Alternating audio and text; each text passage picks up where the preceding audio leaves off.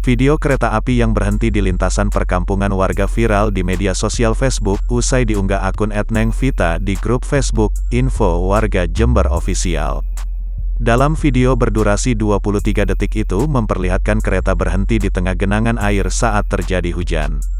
PLT Manajer Humas Kai Daop 9 Tohari menjelaskan, kereta tersebut terpaksa berhenti karena banjir merendam rel di Kecamatan Patrang, Jember pada Rabu, tanggal 15 Desember tahun 2021.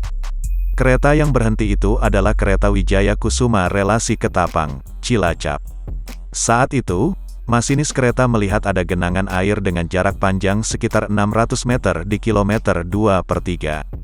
Menurut Tohari, kereta api sengaja berhenti untuk meyakinkan bahwa jalur yang akan dilalui nantinya aman. Selain itu, masinis juga mengabarkan pada unit yang lain untuk memeriksa ketinggian air di atas rel.